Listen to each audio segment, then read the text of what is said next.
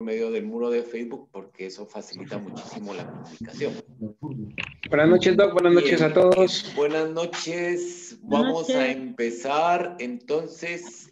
Buenas noches, bienvenidas y bienvenidos.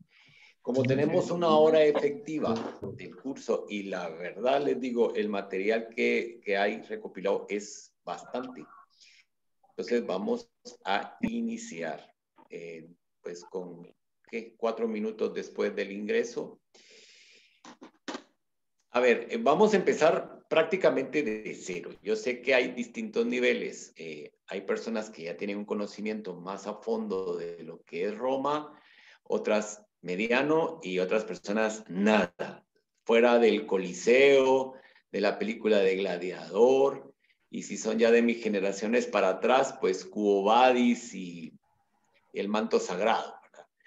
Pero por eso es que vamos a empezar, digamos así, de cero.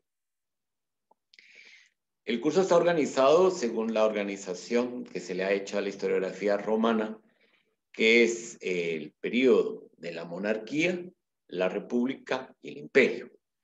Hoy vamos a avanzar en monarquía y república, según me acuerdo, y vamos, si nos da tiempo, si no, hablaremos de la república dentro de 8 días y le dedicaremos 2 sesiones al imperio. También otra cuestión que les quiero aclarar es que vamos a abarcar hasta el final del Imperio Romano de Occidente, porque el de Oriente va a continuar hasta 1452. Eso ya sería otro curso porque implicaría entonces una historia de Bizancio, que es al que le correspondería, ¿de acuerdo? Entonces hoy solo vamos a hacer la monarquía, la república, el imperio, hasta la caída del Imperio Romano de Occidente. Y pues si ya nos quedan ganas a todas y a todos de seguir en estas, vamos a hacer el siguiente. Otra cuestión es, por favor, si tienen alguna duda, les pediría que lo escriban en el chat. Así va a ser más fácil, sobre todo por los micrófonos, que ustedes saben que es un problemita con los micrófonos. Y a partir de ahora, en este momento, quedan cerradas las inscripciones. Los que están. Ya no va a haber la posibilidad que alguien me diga, mire, yo me enteré ayer, que lo vi, que la gente entusiasmada, ¿puedo entrar? Ya no, ¿de acuerdo? Bueno, vamos a empezar. Primero hablaremos del pueblo romano y su medio geográfico. Creo que es importante primero ubicarnos dónde vamos a estar. Todos los pueblos, todos, sin excepción alguna, todos tienen una historia mítica de origen. Es lo que en historia se denomina el mito motor, que es prácticamente lo que mueve a una sociedad hacia un proyecto concreto, independientemente que le llamen como le llamen. Digamos, es la necesidad también de pensarse como pueblos singulares. Y por eso todas, digamos, las historias de su origen tienen muchos aspectos míticos. Ahora, mítico no quiere decir que sea mentira. Lo que sucede es que nosotros utilizamos la palabra mito como sinónimo de mentira. Aquí lo vamos a usar desde el término filosófico, cuando los griegos nos hablan que existe 2 maneras de conocimiento, el logos y el mito. El mito con Y. El logos es el conocimiento verificable, podríamos decir lo que nosotros conocemos como conocimiento científico. Y el mitos es el conocimiento no verificable. Entonces, en el mitos entra lo que para muchas y muchos de nosotros manejamos, que es la memoria histórica, el relato oral, ¿verdad? Las historias orales. Toda esa tradición oral que tienen los pueblos, eso se va a engrandecer en algunos elementos. Todos los pueblos, insisto, lo tienen. Y el mito, el origen mítico, va a ir unido también a la conformación teogónica de las divinidades que van a adorar en esos pueblos dentro de un complejo religioso que van a tener. ¿Por qué? Porque resulta que estos pueblos se originan, surgen, están debido a que una serie de divinidades decidió que estuvieran y les van a proteger. Con Roma vamos a tener también algo de esto, porque de hecho su tradición oral, que va a ser transmitido precisamente de generación en generación, y después vendrá alguien que va a tomar nota, nos habla de la leyenda de Rómulo y Remo como fundadores de la ciudad de Roma. Esto de estar transmitiendo las noticias oralmente y después alguien se sienta a escribirlo, el mejor ejemplo que ustedes pueden tener a mano son los primeros 5 libros del Antiguo Testamento, o sea, los del Pentateuco, ¿verdad? Génesis, Éxodo, Levítico, Números y Deuteronomio. Todos esos recogen toda una tradición de un pueblo correspondiente del área del creciente fértil, es decir, el área de Mesopotamia, donde vamos a encontrar que todos los pueblos tienen conexión, digamos, en estas tradiciones orales, estas historias orales. Y en un momento dado va a venir alguien, se sienta y va a decir, bueno, miren, estos son los libros sagrados que me los dictó Dios. Lo mismo les pasa a todos estos, ¿ya? Y entonces en todos los pueblos encontraremos narrativas que serán primero tradiciones orales y que posteriormente serán escritas. Como ya les dije, en Rómulo y Remo van a ser los fundadores de la ciudad, porque según la tradición oral romana, fueron abandonados a las orillas del río Tíber cuando eran niños y una loba los alimentó. Esta historia no la sabemos. No la sabemos también porque está representada en este monumento que la ciudad de Roma dejó legada a la ciudad de Guatemala, donde dice de la Roma eterna, de la Roma inmortal o la Guatemala eterna, una cosa así.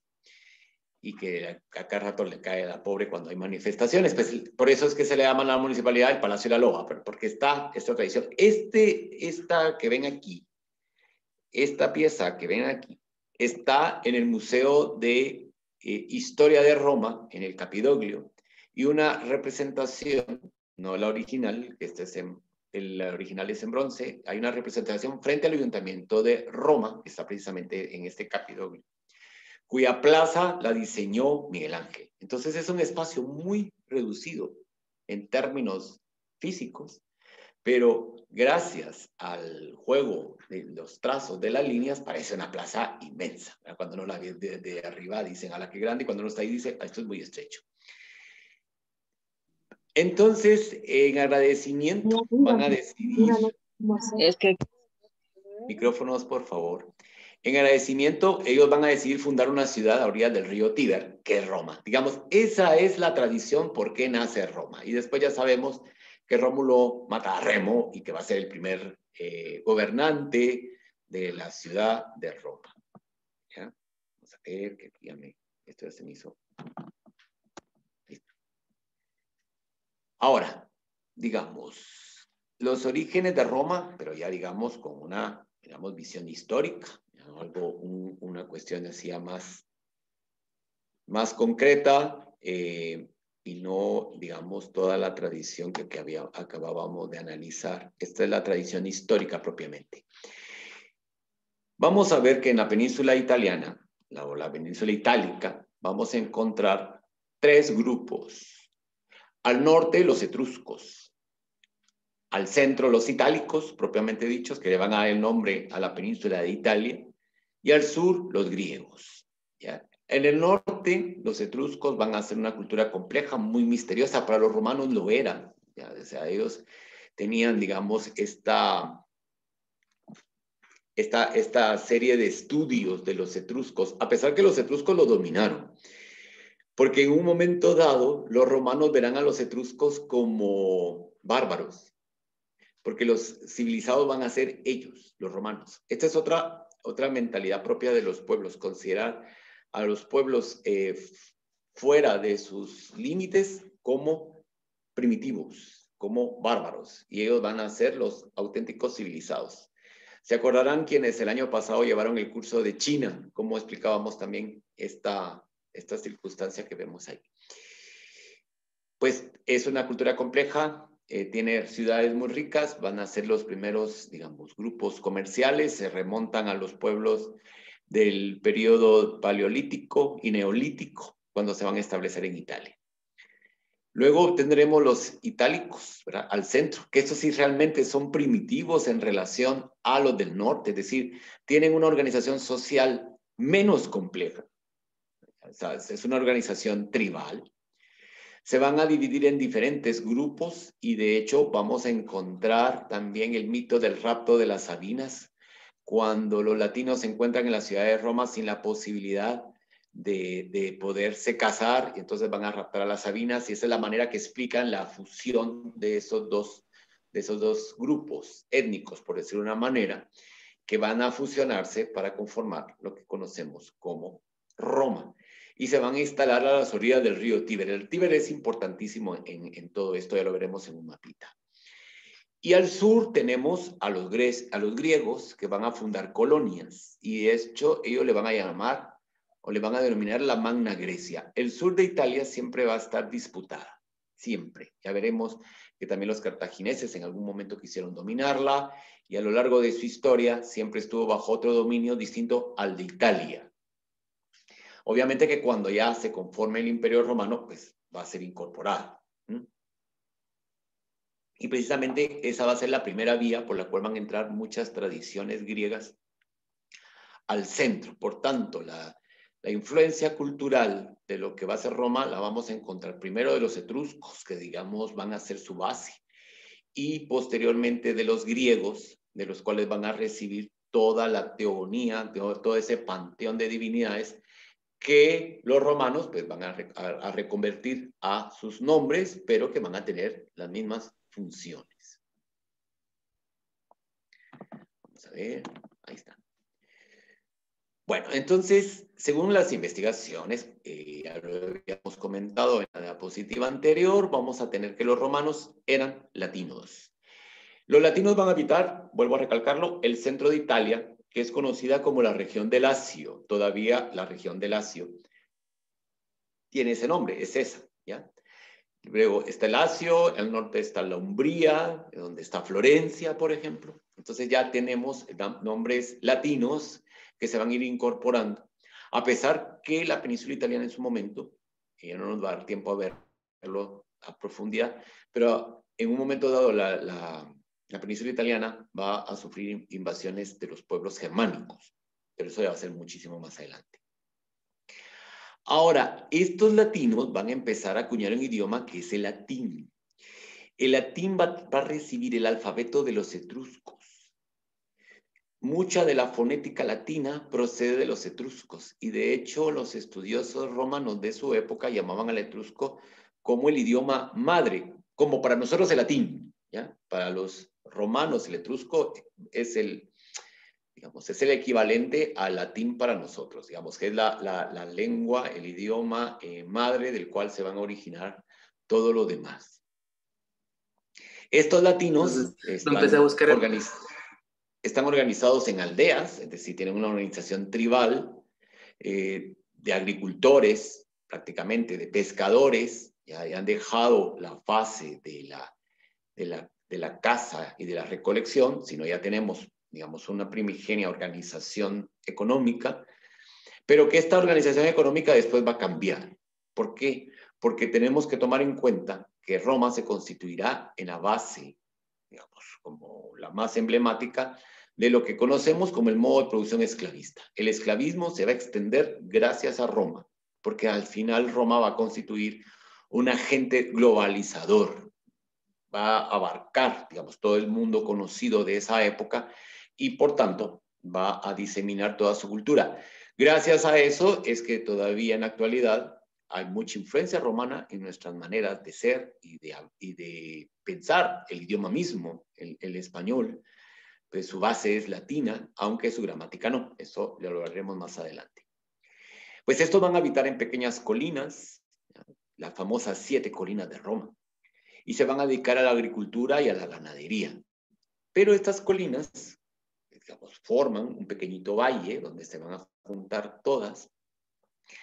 En ese pequeño valle, en esa pequeña, digamos, franja de tierra donde confluyen estas colinas, pues es como una hondonadita, por decirlo de una manera, pues eso se va a constituir como en una especie de centro, que cuando estas aldeas tengan conflictos se diriman allí. Esto se va a llamar después la vía sacra o foro, que lo van a reproducir en todas las ciudades cuando llegue el momento de la expansión.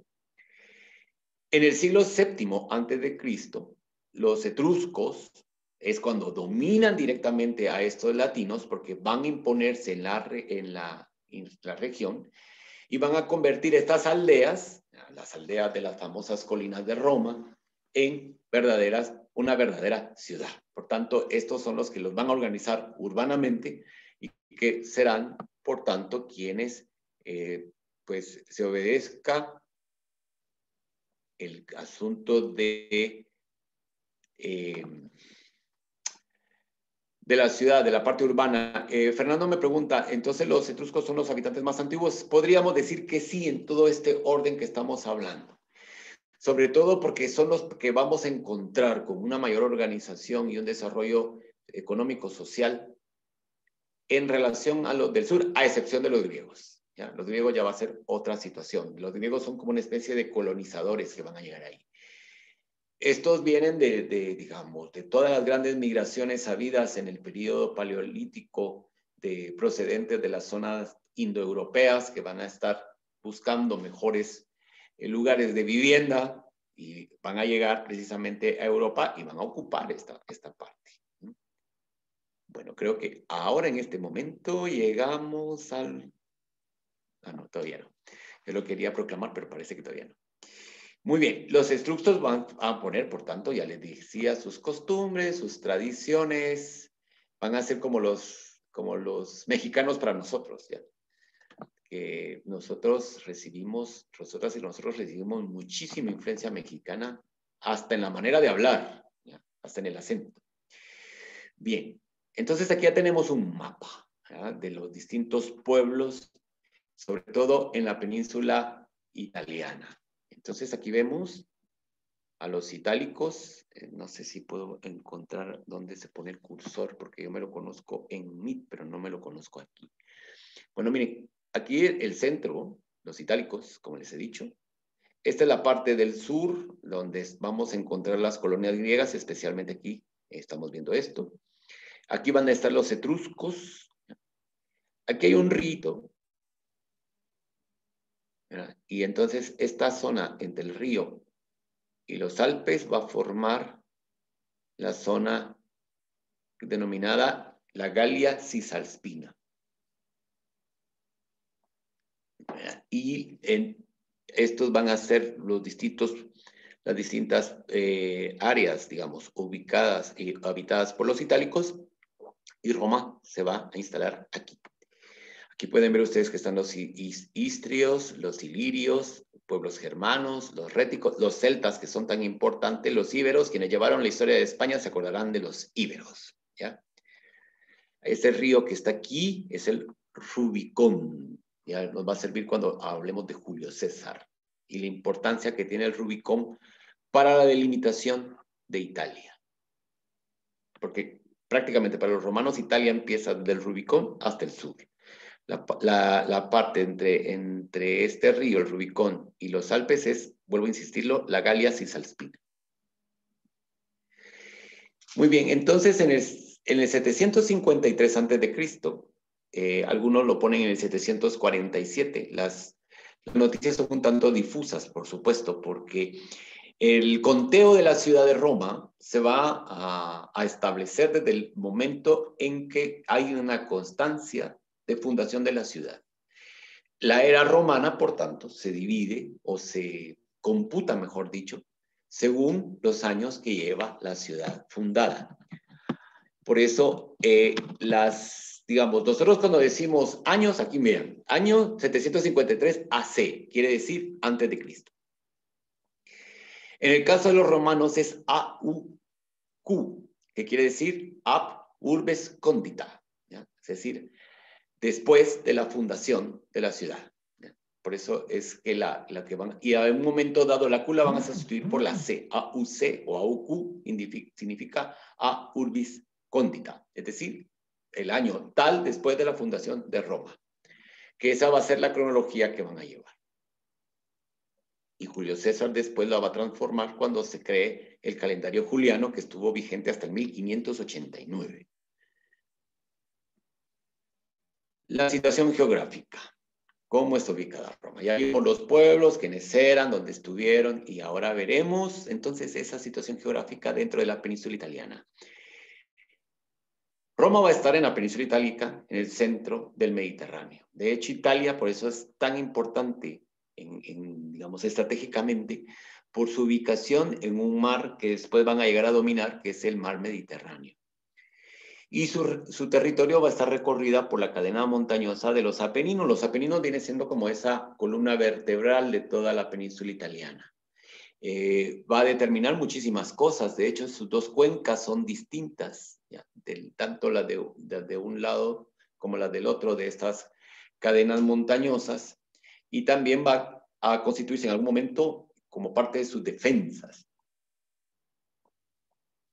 Y el río Tíber, que es uno de los más importantes de Italia, bueno, el más importante es el Po, pero para lo que estamos estudiando es el Tíber, recorre la región de este a oeste para desembocar en el mar Tirreno. Es decir, va a quedar en el mar Tirreno. Entonces tenemos los Apeninos hacia un lado, digamos, van a ir, digamos, provocando, creando lo que después serán las costas del mar Tirreno, y la otra vertiente caerán al mar Adriático, ¿ya? El mar Adriático, que es lo que separa a Italia de la península balcánica. A unos 30 kilómetros de la desembocadura del río Tíber se encuentran las 7 colinas, que ya lo dijimos, son el núcleo original de la ciudad de Roma. Es una posición estratégica fenomenal que le sirvió muchísimo a Roma posteriormente para su expansión. Primero en la península italiana y posteriormente al resto de Europa, norte de África, el Oriente Próximo y centro de Asia. ¿Ya? Porque van a tener un acceso muy fácil al mar, pero sin ser una ciudad marítima. Porque la parte, digamos, del río, desde Roma hacia la desembocadura, va a convertirse en una vía fluvial. De hecho, Roma constituyó un puerto fluvial, y esa parte del puerto fluvial va a formar lo que se va a denominar el barrio del Trastevere, es decir, después del Tíber, en la otra orilla del Tíber. Vamos a ver, creo que aquí hay alguna pregunta. Ah, no, ahí ya está colgado, por favor, el enlace para la asistencia, sobre todo por el diploma, acuérdense, ¿de acuerdo? No tanto es como para llevar un control, así que si no entran un día los castigos, sino es para el diploma.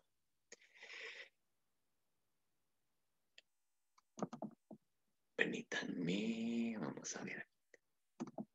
Bueno, aquí está, miren qué bonito. Este mapa me gusta muchísimo. Entonces, aquí se puede ver. Ya no encuentro. Ah, no. Ahora, aquí está. Bueno, digamos, lo que está entre el Rubicón y los Alpes, el Rubicón más o menos por aquí, esta es la Galia Cisalpina de la que les he hablado tanto. Esto es Roma, aquí en este círculo está Roma, ¿verdad? Estos son los Apeninos, que es como esa columna vertebral. Una zona muy sísmica, por cierto, ¿ya? Muy sísmica, porque aquí pasa una falla tectónica que ha tenido, digamos, muchísima repercusión también en la historia de Roma, sobre todo en su arte. Como veremos más adelante, pero me adelanto por si no me da tiempo, este es el Valle de la Padana, que es toda la parte del Véneto, del norte, propiamente dicho, es una de las zonas más industrializadas en la actualidad de Italia. Y es donde está muy candente el nacionalismo italiano reciente. Bien, sigamos. Aquí está el Tíber, ¿verdad? Que nace en los Apeninos, como pueden ver, va recorriendo toda esta zona, hasta llegar a Roma. Y de aquí para acá hay 30 kilómetros. Posteriormente Roma va a fundar un puerto, que es el puerto de Ostia, sin H, Ostia. Y en la actualidad, al lado del puerto de Ostia, hay un puerto que es Civitavecchia, que es como la ciudad vieja, que va a tener relación también con el puerto de Ostia. Este puerto va a empezar a ser construido desde tiempos inmemorables y va a tener una primera remodelación en tiempos de Julio César y luego una ampliación en tiempos de Claudio. Y otros emperadores también lo van a empezar a enriquecer. Aquí vemos los Apeninos con todo su esplendor, ¿verdad? El mar Tirreno, el mar Adriático, como les he comentado antes. Pero vamos a quitar esto porque así ya puedo ver mejor. Este es el mar Jónico, la llanura de la Padana, ¿verdad? Donde está aquí ciudades importantes como Bolonia, Milán, que es en la actualidad uno de los grandes ciudades industriales de Italia, o Turín, que está aquí, en español es Turín, aunque cuando transmiten los partidos de fútbol me da risa porque le llaman Torino, y en español tiene nombre, es Turín, ¿verdad? Venecia. Esta es la ciudad de Trieste, que también en la historia medieval tiene una gran importancia, Trieste y otra ciudad que está por aquí, pero no nos entretengamos que estamos en esto. Norte, por tanto, los Alpes, que son estos. Oeste, mar Tirreno. Este, mar Adriático y Jónico. Y sur, el Mediterráneo, que es todo esto. Todo esto. Creo que ya no. Llegamos a los 100 y ya no puede entrar nadie aquí. Espero que ya estén conectándose por Meet. Espero. Hay 13 personas en Meet ya. Muy bien, perfecto, gracias. Entonces ya estamos aquí 100 más 13 en Meet. Un hito de la tecnología porque nunca había hecho algo así. Muy bien, entonces, dicho ya, conocido los pueblos, ya conocimos dónde está geográficamente ubicada en lo que hoy es Europa, vamos a empezar con la Roma latina etrusca, que es el inicio de una larga historia. Digamos, esta es la base histórica de lo que va a ser la historia propiamente dicho de Roma, con esa relación etrusca-latina. De hecho, los etruscos son los que van a fundar la monarquía. Pero acordémonos que los romanos los van a ver como los invasores. Son los que tienen, digamos, menos desarrollo social y cultural, pero para ellos los que están en una forma mala son los etruscos. Y de hecho, fíjense que el temor que tienen los romanos al enterramiento en mausoleos es porque los etruscos lo hacían. Y por eso es que los romanos van a adoptar la cremación. ¿Ya? Este dato es sumamente interesante. ¿Por qué? Porque a medida que se empieza a expandir Roma, los distintos pueblos tendrán distintas costumbres de enterramiento. Entonces, cuando llega el esclavismo, pues no van a enterrar, no van a hacerles unas piras funerarias a sus esclavos, sino los van a enterrar. ¿Dónde los van a enterrar? En catacumbas. Pero los romanos temen llegar a lugares donde están enterrados los muertos, porque para ellos lo lógico es que los incineren. Lo antinatural es enterrar a alguien. Y por eso, en el momento de la clandestinidad del cristianismo, por eso las reuniones de los cristianos son en las catacumbas, porque saben que ahí no van a llegar, porque los romanos no entran ahí. Y cuando hacían las redadas, dicho en términos actuales, pues lo van a hacer fuera, no dentro de estas catacumbas. Por eso es que se conservan muchísimas cosas, pero ya nos adelantamos en acontecimientos. No se vayan a asustar porque así como yo lo hago en las clases, aquí lo haremos igual, que vamos de donde estamos hacia adelante, viendo explicaciones del por qué ciertas situaciones van a estar más adelante, porque aquí estamos viendo la base del por qué ciertas mentalidades van a estar presentes. Lo curioso es que el cristianismo adopta el enterramiento y no la cremación. ¿Ya? Eso también tendrá su explicación en su momento. Muy bien.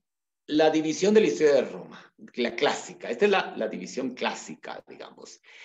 En estudios más especializados van a encontrar, digamos, otras formas de clasificación muchísimo más minuciosas y precisas.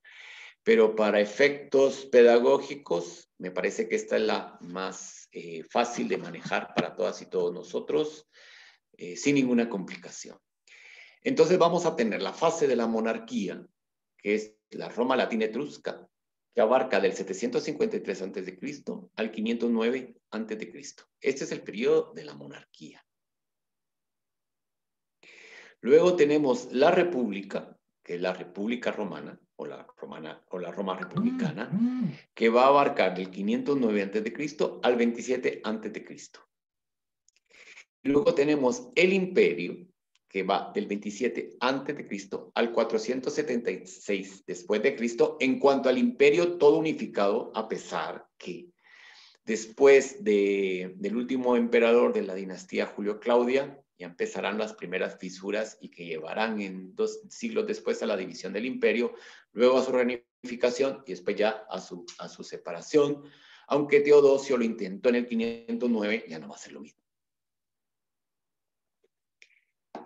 La monarquía, que abarca, insisto, del 753 al 509, digamos, el poder político va a estar centrado en el rey, porque va a haber un rey, va a existir un senado, que el senado va a estar compuesto por los ancianos. Ahora que estamos en esta sociedad tan gerontofóbica, tenemos que ver cómo en estas sociedades los ancianos tenían mucha importancia y por una sencilla razón, porque las condiciones de vida eran tan duras que para que una persona llegara, por ejemplo, a los 40 años, ya era considerado heroico, ¿verdad? El Senado, que son ciertos ancianos, y una asamblea aristocrática. La asamblea aristocrática es de los que se van a considerar pueblos, pero un grupo social que deriva de los primeros fundadores. Y porque también existe la tradición, porque va a aparecer, que estos son descendientes de los antiguos troyanos. De hecho, de los de Troya que huyen, algunos van a llegar a nutrir esta zona. La división social, por tanto, todas estas gentes aristocráticas van a formar lo que se llaman los patricios, que va a ser, digamos, como el estamento más poderoso. Luego vamos a tener, que son estas las familias más poderosas, por supuesto, y luego tendremos plebeyos, sin linaje.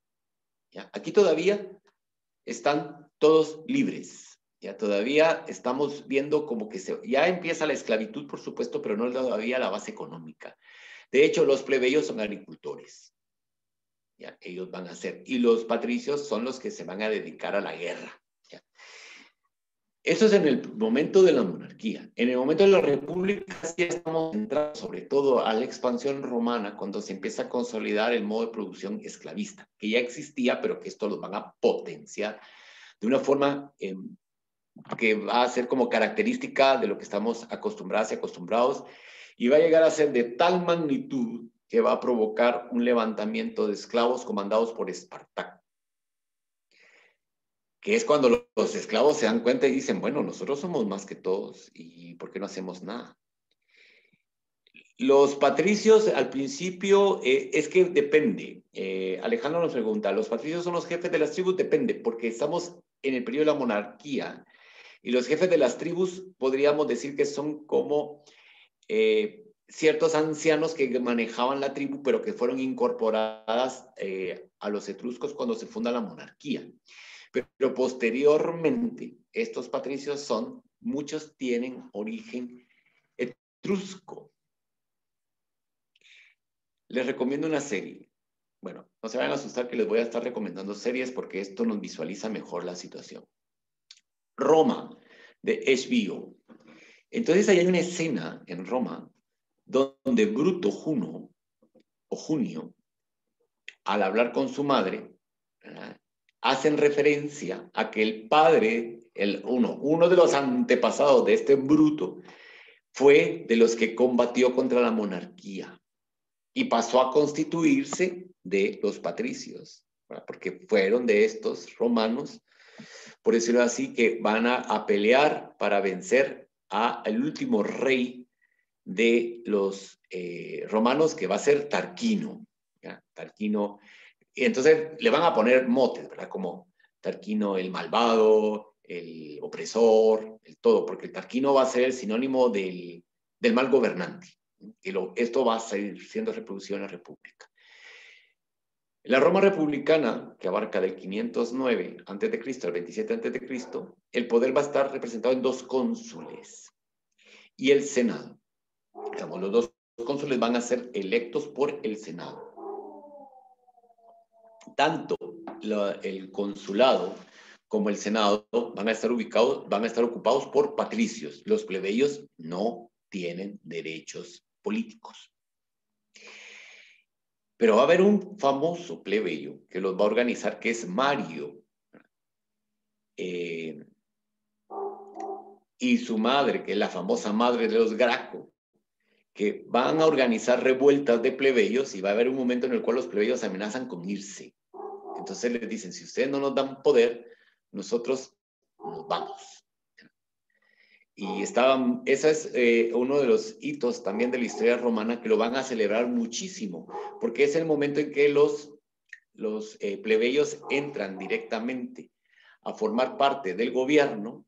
Al principio les veremos que no van a poder ser cónsules, pero posteriormente, cuando empiecen los ciertos plebeyos a contraer nupcias con ciertos patricios, entonces ya van a tener acceso. Uno de estos casos va a ser, por ejemplo, la familia Julia, de donde procedía Julio César. ¿Ya? Por eso es que entre la gens o gens Julia y la gens o gens Junia van a haber rivalidades y los junios se van a considerar superiores porque ellos dicen ser directamente descendientes de patricios, mientras los otros van a ser patricios de segunda horneada, por decirlo de una forma. Estas luchas sociales entre los patricios y los plebeyos van a dar como consecuencia que se cree el tribuno del pueblo. Vamos a encontrar que van a aparecer 1 o 2 tribunos del pueblo, con derecho a veto. Los tribunos del pueblo, si había una decisión del Senado que no le parecía al pueblo, vetaban esa ley y no salía. ¿Ya? Y también empezaremos a ver las primeras leyes por escrito, porque los plebeyos, cuando los patricios les están diciendo, bueno, sí, los vamos a hacer esto, entonces le dicen, lo queremos por escrito en piedra. De ahí viene el dicho nuestro que usamos mucho ahora, está escrito en piedra. ¿Por qué? Porque ellos obligaron a que se cincelaran estas palabras que estaban resguardadas en la sede del Senado. La sede del Senado es la curia. Van a tener, por tanto, acceso a esto, van a tener leyes por escrito, y entonces en ese momento los plebeyos suben de estatus. Y va a iniciar la expansión territorial con las guerras púnicas, que lo veremos en su momento, espero que nos dé tiempo, ver las guerras púnicas. Y a darse la expansión, entonces Roma se empieza a dar cuenta que puede tener esclavos. ¿Ya? El esclavismo va a cobrar una gran fuerza. Y entonces los plebeyos que antes se dedicaban a la agricultura, a la ganadería, para trabajar para los patricios, dejan de hacerlo porque los que viven dentro de la ciudad, que son los romanos propiamente dicho, van a vivir a expensas del erario público. Y ese erario público es nutrido por la producción de los esclavos y la comercialización que Roma empieza a hacer a otras regiones dentro del Mediterráneo en general, con sus distintos mares, ¿de acuerdo? Esas guerras púnicas, por tanto, marcan el inicio de la expansión romana y a la vez van a cuestionar su organización social porque resulta que hay una gran población que está bajo su mandato, pero que no son romanos y que por tanto no pueden tener los privilegios de los patricios ni de los plebeyos, aunque incorporen a sus territorios personas con poder, por ejemplo, los antiguos reyes, los hijos de esos reyes, que van a empezar a llegar a Roma en calidad de rehenes, es decir, para mantenerlos bajo custodia y así asegurarse que no exista ninguna revuelta entre los que están ya bajo su dominio. Luego tendremos el imperio romano que abarca del 27 a.C. al 476, que es, el poder va a estar representado por el emperador, que es el imperator, que va a tener el título de Princeps, ¿ya? Que dicho en términos latinos, el título era Princeps inter pares, es decir, el primero entre sus iguales. Digamos que este va a ser uno de los títulos. Y lo veremos más adelante, uno de los cargos que va a surgir en la República, que es del Pontifex Maximus, que al principio solo podían ocupar miembros del Senado, y posteriormente ya veremos algunos plebeyos ocupando el cargo de Pontifex Maximus, que es la máxima autoridad religiosa en Roma.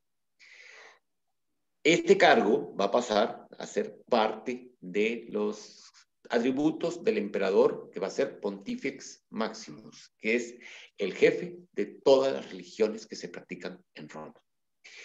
Este concepto es sumamente importante tenerlo presente. ¿Por qué? Porque cuando lleguemos a la parte de Constantino, resulta que Constantino, a ser Pontifex Maximus, tiene injerencia en la organización del cristianismo. Es muy común escuchar a ciertas personas decir, es que el cristianismo lo inventó Constantino. No, lo inventó Pablo de Tarso. Ahora, quien le puso orden fue Constantino, en su calidad de Pontifex Maximus. ¿Ya? Porque así como se metió a organizar a los cristianos, lo mismo hizo con los de Isis, con los de Mitra, les ponía imposiciones a los judíos. Todas las religiones que se practicaban en el imperio podían practicarse siempre y cuando reconocieran a esta figura como el que iba a poner orden, ¿ya? Para que nada quien se fuera por su lado. Es durante el imperio donde existe la máxima extensión territorial del imperio, que es digamos, su parte, su momento histórico de mayor expansión, la vamos a encontrar con Trajano. Ya veremos en su momento una columna donde Trajano mandó a representar, digamos, la historia en bajo relieve de todas sus hazañas militares. Y esto nos va a llevar al fin del imperio, porque como ya dije, en el 476 tendremos el fin del Imperio Romano de Occidente, pero el de Oriente seguirá ya con un nombre como Imperio Bizantino, con sede en Constantinopla, hoy Estambul. Vamos a ver. Ahí está. Pero regresemos a la primera fase, que es el pueblo romano, en los primeros tiempos de Roma.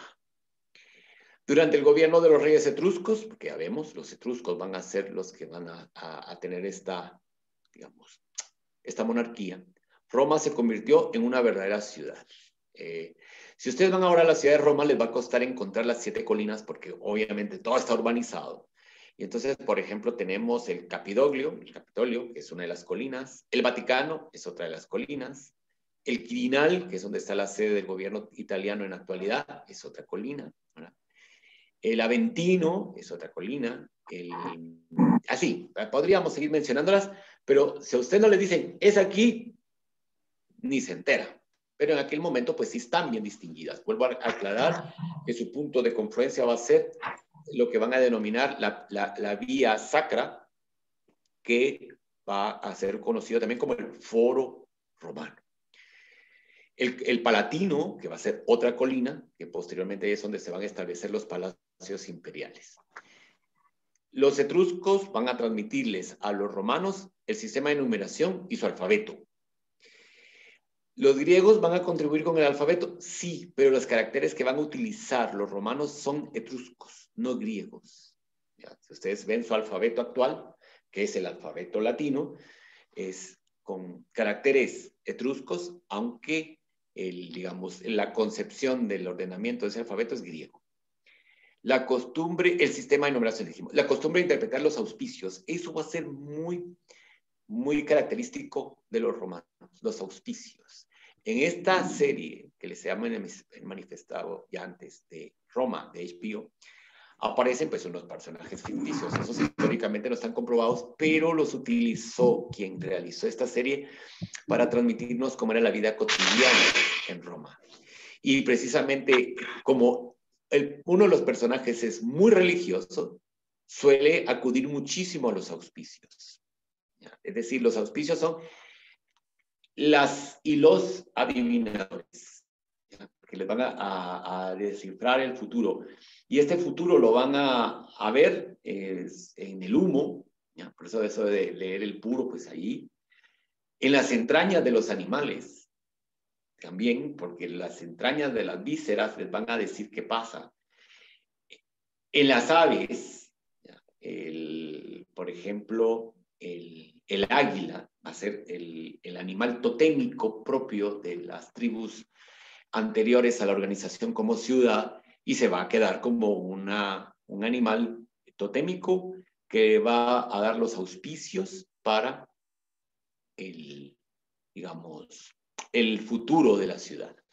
El uso de la toga, ¿no? El uso de la toga es lo que va a distinguir el paso de la pubertad a la adultez de un varón, ¿no? Por eso se llamaba la togas viridis, ¿no? Porque es para precisamente distinguir que ya es una persona adulta en la toga.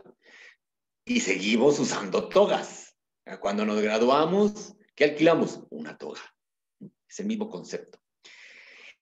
El arco en la arquitectura, porque los griegos no utilizaron el arco, pero los etruscos lo van a utilizar sobre todo en los mausoleos, porque a medida que querían hacer mausoleos más amplios, entonces necesitan el arco, y los romanos lo toman, pero los romanos son muy prácticos, y ese arco lo van a emplear sobre todo en los acueductos.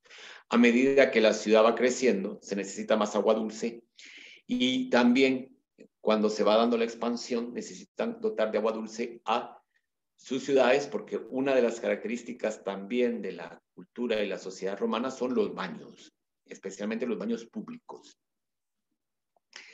La lucha de los gladiadores, y por eso ya tenemos aquí un excedente de población esclava que permite a algunos dedicarlos para que se maten, porque va a ser su diversión, la sangre les va a divertir, pero las luchas de gladiadores tienen vinculación también con prácticas religiosas.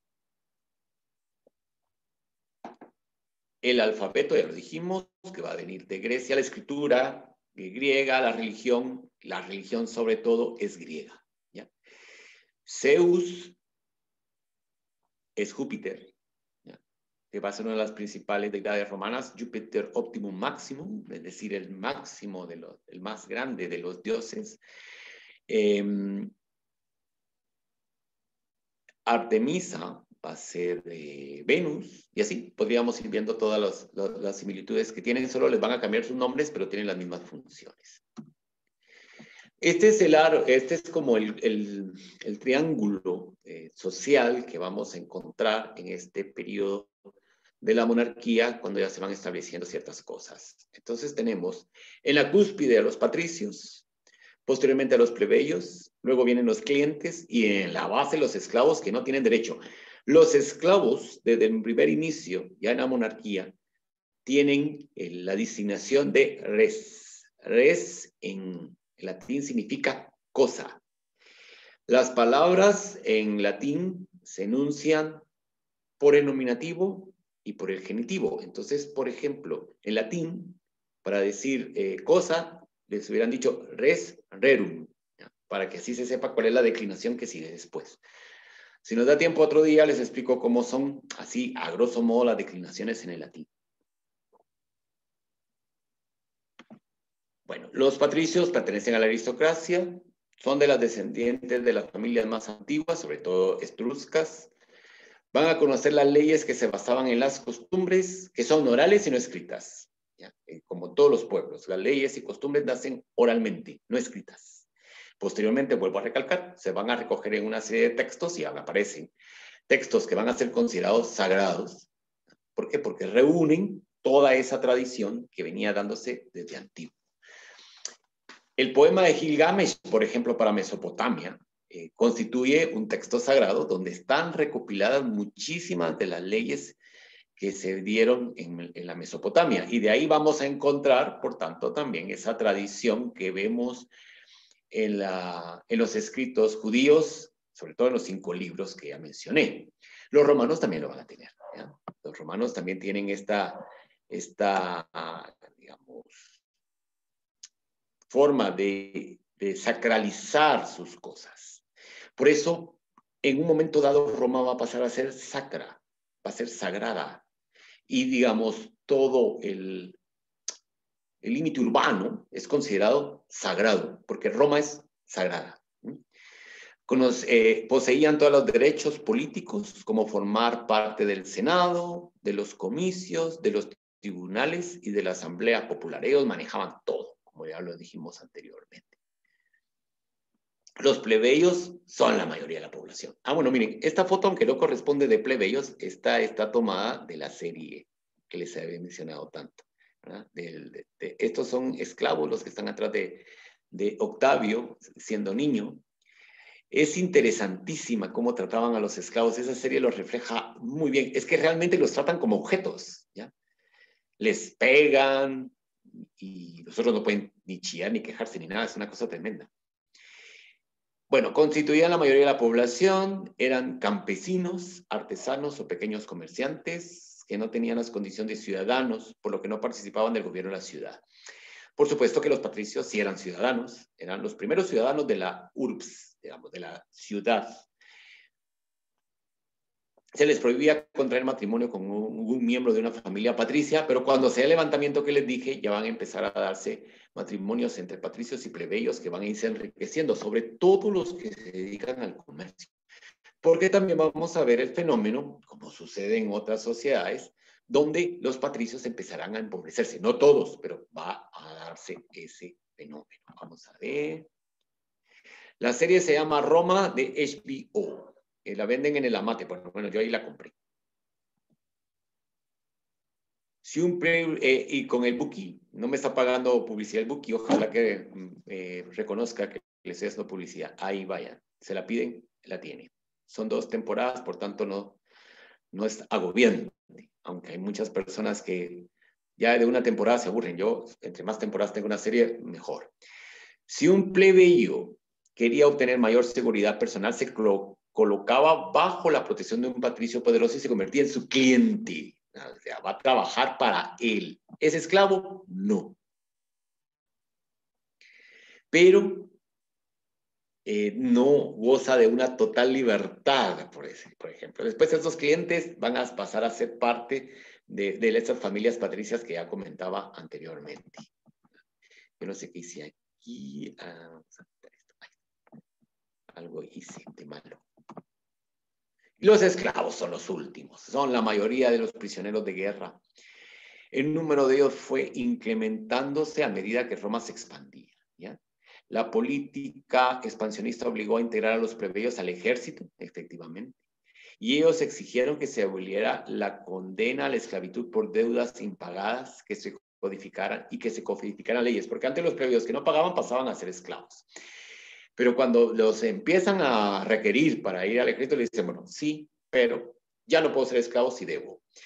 Vamos a codificar las leyes, que nos autoricen el matrimonio con patricios y que se les deje participar en las magistraturas. Todo eso lo van a ir ganando, poco a poco.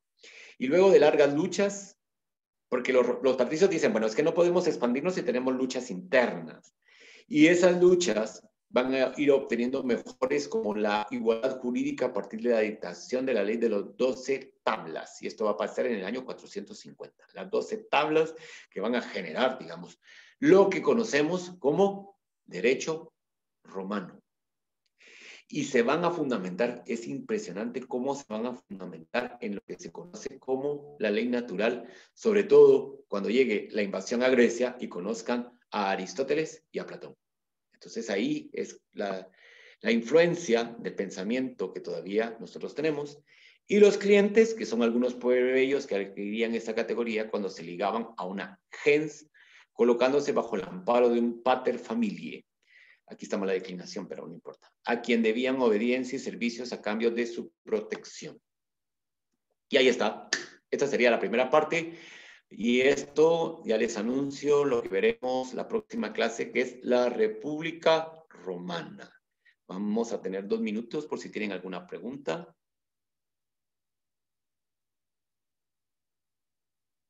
Entonces, durante el gobierno de los reyes etruscos no se puede considerar como ciudades-estado. No, porque los etruscos es un reino. La monarquía abarca a Roma. Roma es una ciudad que tiene un rey que es etrusco. Nos piden el enlace de la grabación. Vamos a aclarar este puntito, porque ya le había visto, Copán ya le había visto su inquietud. Estas clases las vamos a subir a mi canal de YouTube para que se queden ahí, ¿ya? Entonces, aunque no va a ser ya después de este final, ya les voy a anunciar, ya está en YouTube, así la pueden volver a ver, ¿de acuerdo? ¿Podrías mencionar qué tan fuerte fue la endogamia en este periodo que has expuesto? Fundamental. La endogamia era fundamental, sobre todo porque estamos ante pueblos. Si vemos ya que hay una expansión, eso quiere decir que hay una población que puede soportar el exportar, digamos, soldados para ir a estas cuestiones. Pero como ya vamos a ver que los plebeyos están entrando, digamos, a mantener relaciones con los patricios, entonces la esencia de la gens, para evitar, ¿ya?, que su esencia, por decirlo así, se comparta con familias plebeyas, van a practicar muchísimo la endogamia. Muy importante. Primero física y posteriormente veremos que al darse cuenta estos que hay problemas de taras, entonces van a empezar a asociar personas. Y ahí es donde viene el concepto de la adopción. Por ejemplo, Julio César va a adoptar a Octavio, ¿ya?, que va a ser de la gens Julia. Entonces, con eso ya se logra que uno de procedencia plebeya, pero con poder, emparente con una familia patricia, ¿de acuerdo?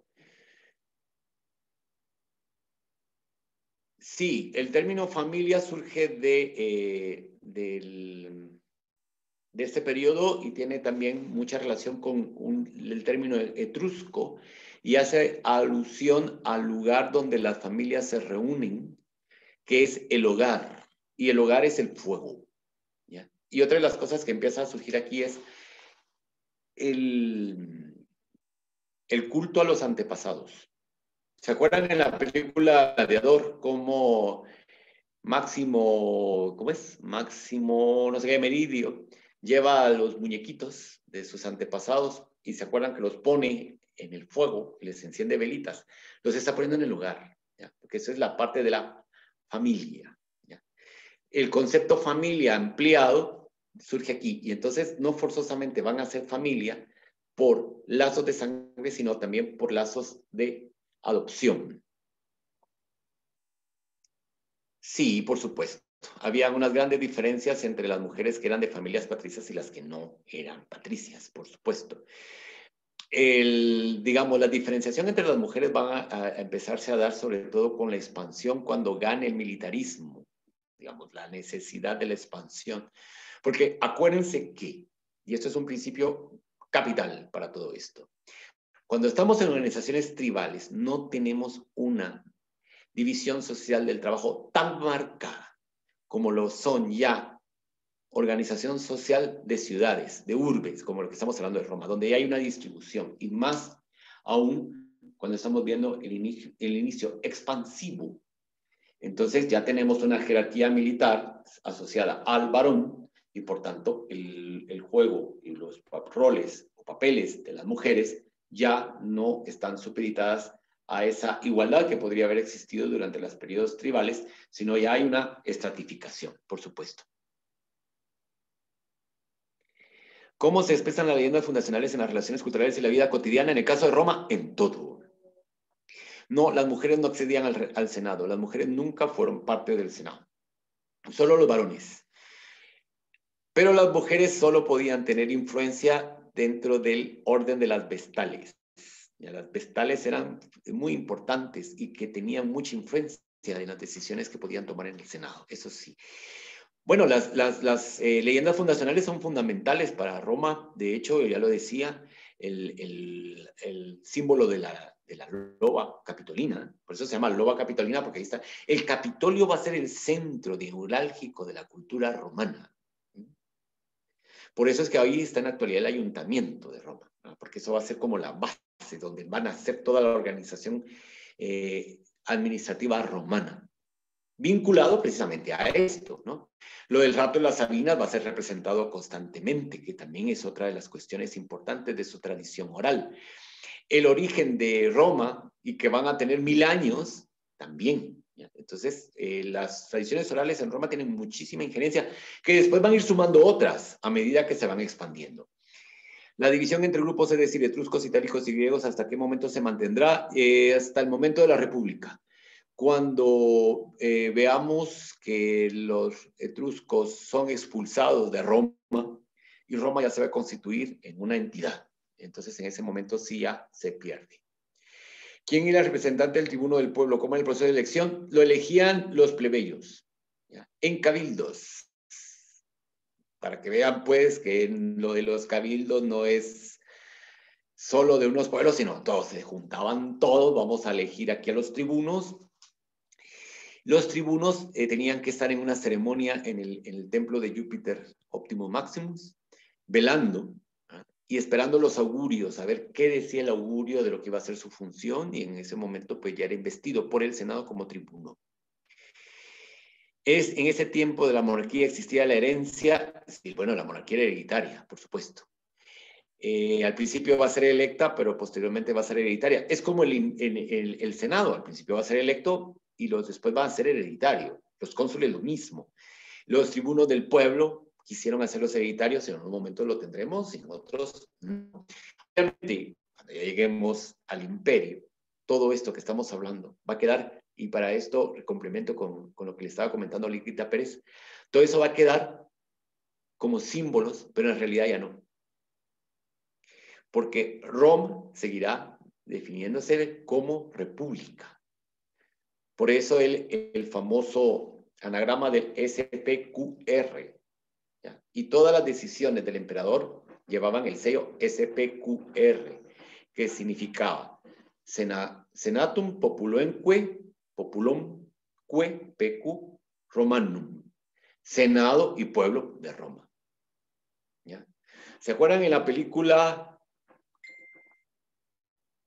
¿Se acuerdan en la película de Ben-Hur? Cuando habla el emperador, dice, esta es la voluntad del pueblo y esta es la voluntad del Senado, es la voluntad del pueblo romano. Esa es la manera de sellar.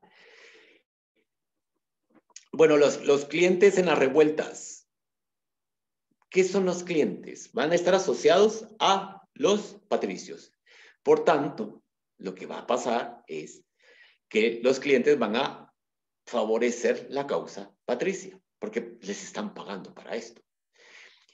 Dejaron de ser plebeyos, el pueblo raso, y van a pasar a constituirse a los intereses de esa gens a las cuales están asociados. ¿Qué pretende simbolizar el mito fundacional de los gemelos? Que al ser mamantados por una loba en el campo, son rudos, son guerreros, son fuertes. Vinculados al río Tíber, porque va a ser amamantados al lado del Tíber. Muy bien. ¿Alguna otra cuestión? A ver, que es que, miren, como me escriben increíblemente, qué bonito, una participación impresionante, entonces se me han escapado varias cositas. Si no, pues en el transcurso de la semana, si se acuerdan, pues cuando esté el anuncio de la siguiente clase, ahí van haciendo sus preguntas y ya las iré respondiendo en el transcurso de la clase. Bueno, muchísimas gracias. No sé qué tan bien nos fue manejando dos plataformas. Ya veremos las reacciones. Cuando la primera clase se sube en el canal de YouTube, le pongo el enlace. ¿Dónde? En mi muro. Todo lo vamos a manejar en mi muro. Toda la información, muro. ¿De acuerdo? Que pasen muy buenas noches y nos veremos a las 8 de la noche el próximo jueves. Y muchísimas gracias por su entusiasmo. Buenas noches.